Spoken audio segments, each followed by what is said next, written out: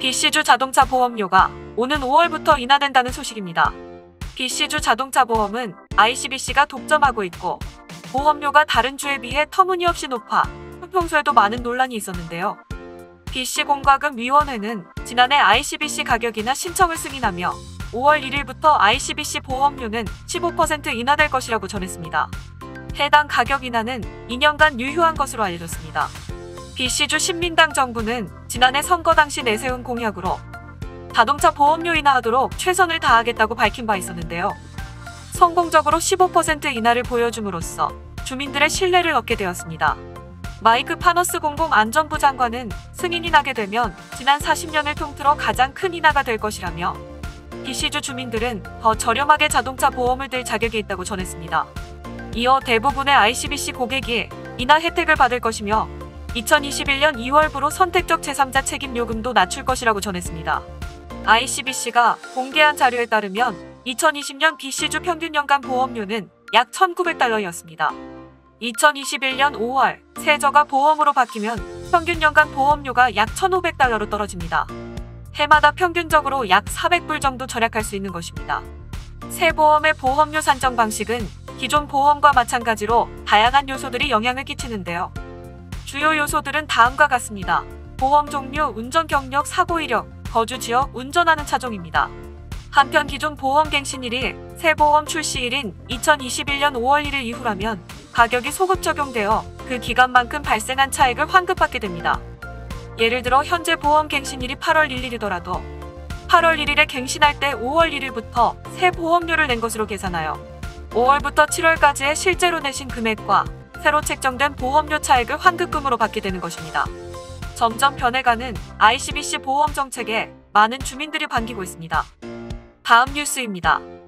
BC주 보건당국에 따르면 영국 변종 코로나19 바이러스에 이어 남아공 변종 코로나19 바이러스에 감염된 첫 사례도 BC주에서 나온 것으로 드러났습니다. 보니 헨리 BC주 보건관은 어떤 경로로 감염되었는지 파악 중이라며 여행을 가서 걸린 건지 여행을 다녀온 사람에게 걸린 건지 아직 확실치 않다고 전했습니다. 다행히 추가 감염자는 발생하고 있지 않은 상황입니다. 한편 영국 변종 바이러스에 대해서는 현재 4명이 감염된 것으로 파악되었다며 이 중 3명은 영국에 다녀온 한 여행자와 접촉이 있었고 나머지 1명은 또 다른 여행자와 접촉이 있던 것으로 확인되었다고 전했습니다. 영국 변종 바이러스는 전파력이 더 강한 것으로 알려졌으나 BC주 보건당국은 격리 조치를 다행히 제때 취할 수 있어서 추가로 덮어지진 않았다고 강조했습니다. 온타리오주 및 퀘벡주 등 확진자 수가 폭등하고 있는 가운데 BC주는 아직까지는 500명대를 유지하며 다른 주에 비해 무난한 1일 신규 확진자 수가 발생하고 있는 상황입니다. 전문가들은 2021년 2월 5일 자정까지 적용되는 코로나19 강화보건 지침의 효과가 나타나고 있다고 본다며 강화보건 방침이 끝났다고 방심하지 말고 계속해서 최대한 타인과 접촉을 피해야 한다고 당부했습니다. 다음 뉴스입니다. 캐나다 보건당국이 정기적으로 받는 화이자 백신 수량이 한시적으로 감소된다고 발표했습니다. 아니타 아난드 캐나다 조달부 장관은 15일 기자회견을 통해 유럽 생산시설을 확장하려다 보니 일시적으로 생산량이 떨어지게 되고 이 때문에 납품량이 줄어들게 되었다고 설명했습니다. 이어 납품량 감소는 한시적일 뿐 기존 계획에는 지장이 없다며 예정대로 9월 말까지는 전 국민이 다 맞을 수 있을 투여분을 받게 될 것이라 강조했습니다.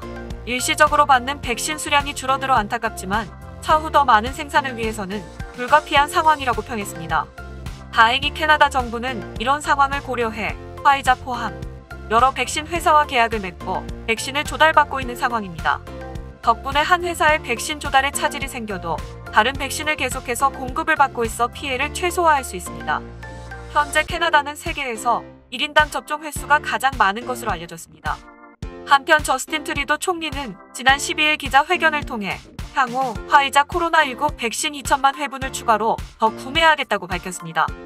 다음 뉴스입니다. 캐나다 연방보건당국이 계속해서 사적인 모임을 갖는다면 전국 1일 신규 확진자 수가 3만 명까지 오를 수 있다고 엄중히 경고했습니다. 테레사 템 캐나다 최고보건관은 정례 브리핑 시간을 통해 1월 말까지 전국 1일 신규 확진자 수는 약 1만 명 정도 될 것으로 보고 있다며 계속해서 느는 신규 확진자 수에 입원 환자와 사망자 수도 증가할 것으로 예상된다고 전했습니다. 이어 한 집에 사는 사람 외에 계속해서 다른 사람들을 만난다면 일일 확진자 수가 3만 명까지 치솟을 수 있다고 강조했습니다. 캐나다 연방보건당국은 감염 곡선을 완만하게 하려면 지금 모두가 한마음 한뜻으로 모여야 한다며 국민들의 협조를 요청했습니다.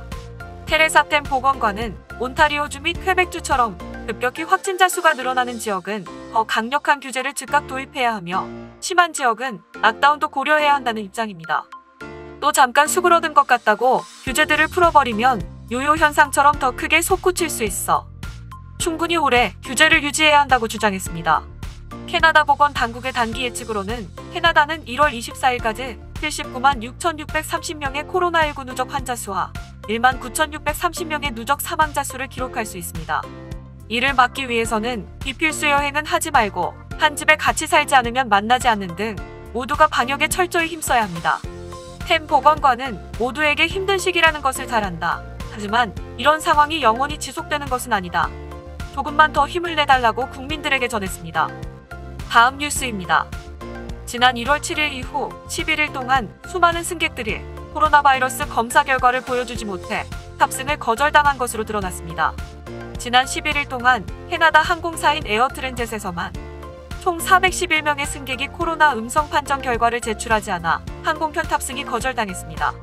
현재 IT섬을 포함한 일부 국가를 제외하고 모든 승객은 비행기 출발 전 72시간 이내에 받은 검사 결과를 항공편에 탑승할 때 제출해야 합니다. 캐나다 입국 규제는 전 세계에 창궐한 코로나19 확산을 늦추고 사람들이 해외여행을 오가는 것을 막기 위한 조치로 음성 확인 결과 제출뿐만 아니라 도착 시에 더욱 강력한 검역 시행 조치가 취해집니다. 만약 고의로 코로나19 보건 지침 및 규정을 무시하거나 가짜 서류를 조작하는 경우 엄청난 벌금과 함께 강력히 처벌할 예정입니다. 캐나다 연방정부는 현재 규제가 의도한 대로 잘 진행되고 있다고 말했으며 저스틴 트루도 총리는 필요하다면 규제를 더 강화하는 것도 긍정적이라고 전했습니다. 다음 뉴스입니다. 영화 기생충으로 칸 영화제 황금종려상, 아카데미 시상식에서 사관왕 등을 달성하며 세계 영화계를 뒤흔든 봉준호 감독이 베니스 영화제 심사위원장을 맡게 되었습니다. 베니스 국제영화제 측은 15일 공식 홈페이지를 통해 봉준호 감독이 올해 9월 1일에서 11일 열리는 제78회 베니스 국제영화제의 황금사자상을 시상하는 심사위원장을 맡게 될 것이라고 발표했습니다. 봉준호 감독은 베니스 영화제는 역사가 오래되고 풍부하다며 그런 아름다운 영화제의 전통에 함께 스며들게 될 영광이라고 심사위원장으로 뽑힌 소감을 전했습니다. 알베르토 바르베라 집행위원장은 올해 영화제에 대한 첫 번째 좋은 소식은 봉준호 감독이 심사위원장을 맡기로 한 것이라며 이 위대한 한국 감독은 세계 영화계에서 가장 진실되며 독창적인 목소리 중 한 명이라고 말했습니다. 이어 한국 영화 감독에게 심사위원장을 맡긴 것은 영화제 사상 처음이라며 이것은 베니스 영화제가 전 세계의 영화를 수용하고 있음을 확인시켜주는 것이라고 덧붙였습니다.